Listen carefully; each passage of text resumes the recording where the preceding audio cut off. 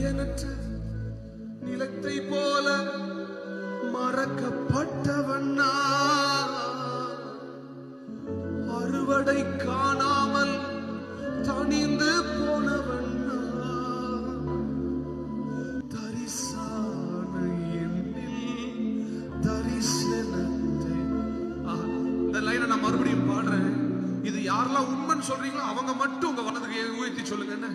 தரிசான எண்ணில் தரிசனத்தை வைத்து அறுவடையை துவக்கி வைத்தவர். இன்னைக்கு காலையில் ஆண்டவர் சொல்றாரு, அநேக தரிசான இடத்துல நிலத்துல அவர் இன்னைக்கு ஒரு விதைப்பை செய்ய போறாரு. உனக்குள் அறுவடை இன்றைக்கு துவங்கும். இன்றைக்கு உனக்குள் அறுவடை.